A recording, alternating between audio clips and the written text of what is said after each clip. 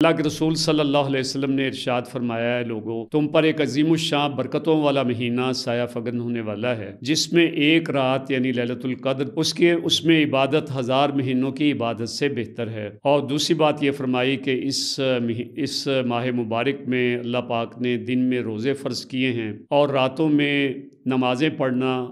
بہت زیادہ خیر و برکت کا باعث ہے۔ یہ دوسری بات آپ نے فرمائی۔ تیسری آپ نے فرمایا کہ اس مہینے میں نفل کا ثواب فرض کے برابر ہو جاتا ہے۔ گویا آپ 2 رکعت نفل ادا کرتے ہیں یا آپ 100 روپیہ صدقہ دیتے ہیں تو آپ کو وہ فرضوں کے برابر اس کا ثواب ملتا ہے، جیسے آپ نے زکوٰۃ ادا کی، آپ نے فرض نماز ادا کی۔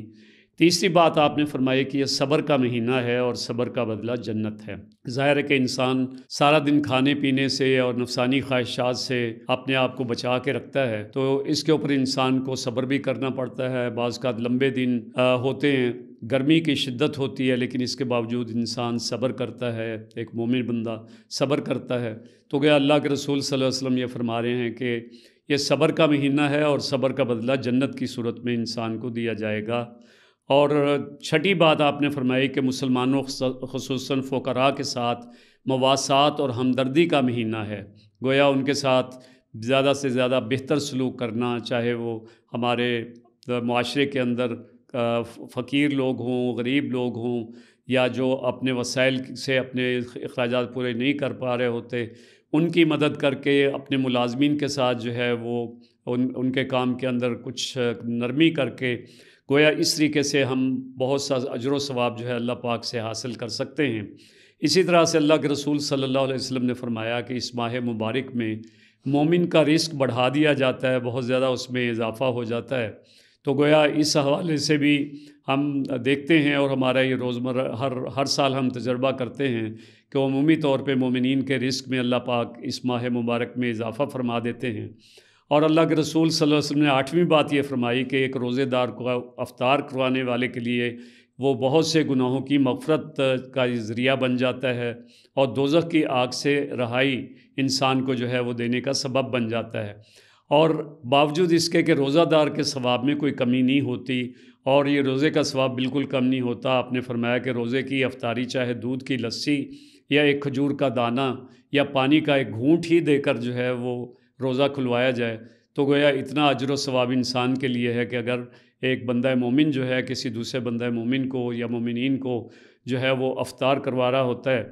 اور 9ویں بات آپ صلی اللہ علیہ وسلم نے یہ فرمائی کہ کسی روزے دار کو پیٹ بھر کے کھانا کھلانے کے سلسلے میں اللہ تعالیٰ حوض کوثر سے وہ سیرابی نصیب فرمائے گا کہ جس کے بعد کوئی پیاس نہیں لگے گی۔ ہمیں معلوم ہے کہ وہ قیامت کا دن جو بہت شدید ہوگا، سخت ہوگا، اور اس میں کوئی سایہ نہ ہوگا سوائے عرش کے سائے کے، تو اس دن پیاس کی شدت انسانوں کی ہوگی۔ تو اس کے لیے اللہ کے رسول صلی اللہ علیہ وسلم فرما رہے ہیں جس نے کسی روزہ دار کو پیٹ بھر کے کھانا کھلایا تو اللہ تعالیٰ اس کو میرے حوض کوثر سے جو ہے وہ سیراب کرے گا، پھر کبھی اس کو پیاس نہیں لگے گی۔ 10ویں بات آپ صلی اللہ علیہ وسلم نے یہ فرمائی کہ اس مہینے کا پہلا عشرہ رحمت ہے اور دوسرا درمیانی عشرہ جو ہے وہ اللہ پاک کی طرف سے انسانوں کی مغفرت کا عشرہ ہے، اور آخری عشرہ جو ہے انسانوں کو دوزخ کی آگ سے رہائی کا پیغام ہے۔ تو گویا اس کا ایک ایک دن، ایک ایک لمحہ، ایک ایک رات، تو یہ اتنی بابرکت ہے کہ اس کے اندر اللہ پاک کی طرف سے رحمت بھی اور مغفرت بھی اور عتق من النار یعنی دوزخ کی آگ سے نجات کا یہ ذریعہ بن جائے گا۔ اور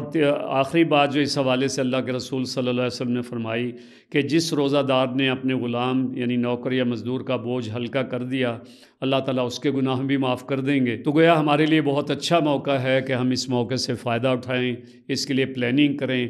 اللہ پاک کی طرف سے جو وعدے ہیں ہمارے لیے تو ان کا ہم مصداق بن جائیں۔ اور یہ جو اللہ پاک نے فرمایا کہ یہ روزہ میرے لیے ہے، اس کی جزا میں ہوں، تو دونوں مفہوم اس کے اندر شامل ہیں کہ اس کی جزا میں دوں گا یا اس کی جزا میں ہوں۔ تو بندہ مومن کو اللہ مل جائے تو اس سے بڑی بات اور کیا ہو سکتی ہے، یا اللہ کی خوشنودی انسان کو حاصل ہو جائے